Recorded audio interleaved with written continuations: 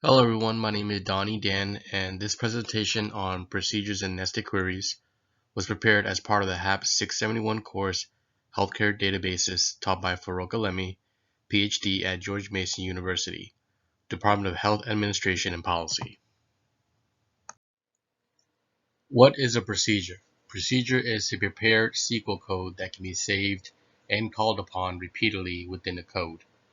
Procedure commands allow execution within a single call, thus reducing network traffic and redundant coding to improve productivity and response times. Some benefits of procedure is that we can easily modify the code inside the stored procedure without the need to restart or deploying the application.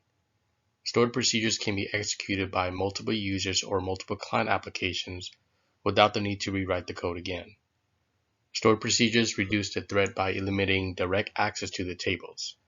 We can also encrypt the stored procedures while creating them so that the source code inside the stored procedure is not visible using third-party tools. In this example, we are using a simple select statement that is used to return a list of product names and list price from the productions table. In this syntax, we create a procedure called USP product list, which is the name of the stored procedure. The as keyword separates the heading and the body of the stored procedure. If the stored procedure has one statement, the begin and end keywords surrounding the statement are optional. To execute a stored procedure, you use the execute statement followed by the name of the stored procedure, which we named USP product list. The stored procedure returns the following outputs in the outputs table. This output is a result of the select statement created in the previous slide.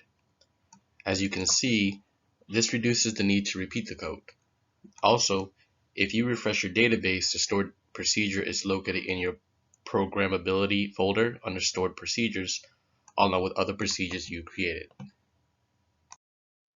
Next, we will go over an example of our Learning Module 7 assignment question 1.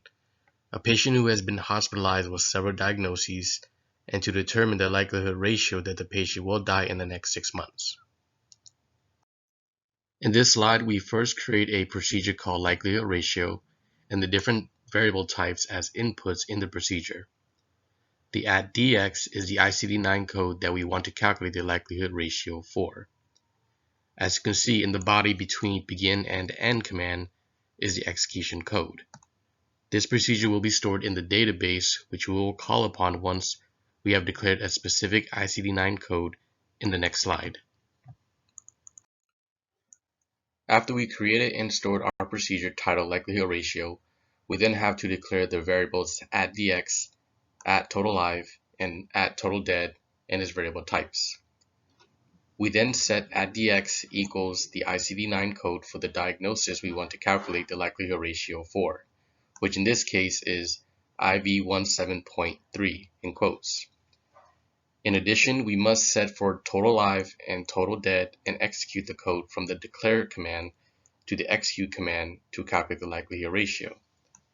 As a note, if you only declare likelihood ratio without the other parameters, this will display an error as the execution is incomplete.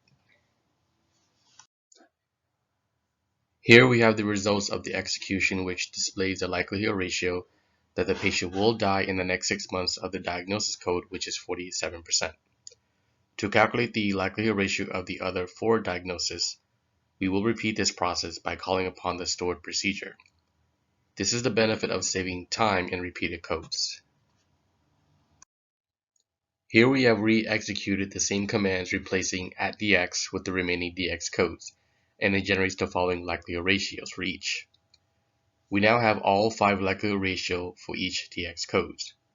We want to know what is the probability that the patient who is hospitalized with these 5 diagnoses will die within the next 6 months, in which we will compute in the following slide. From here, we take all of the calculated likelihood ratio for each ICD-9 codes, multiply them by one another, and put it into a new table called odds. We select from the odds table and get the mortality odds listed here, or the probability of the patient dying in the next 6 months. From here, we will be talking about what is a nested query.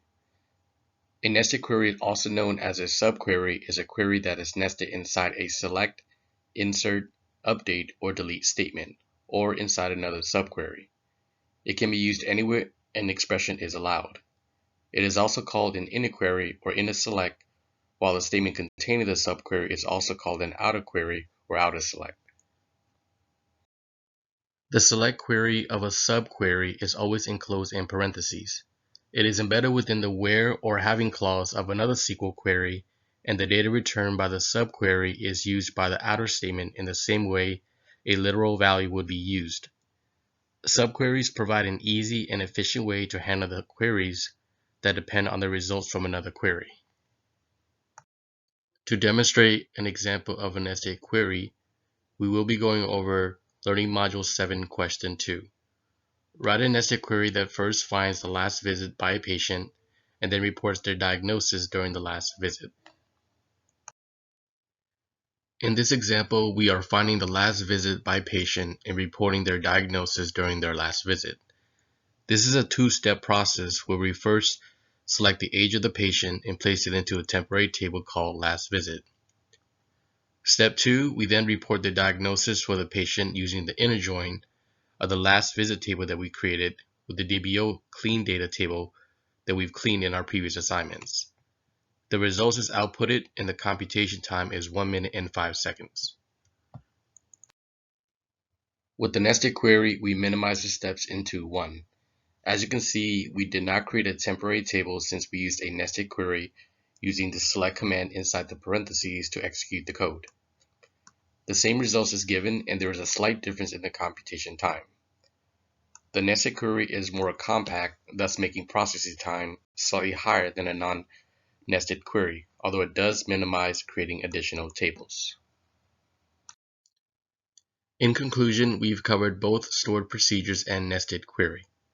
Stored procedures can be easily stored and modified and reduces redundancy in coding. Nested query is more compact but reduces tables and minimizes steps within the code. This concludes the end of the presentation, and thank you all for watching.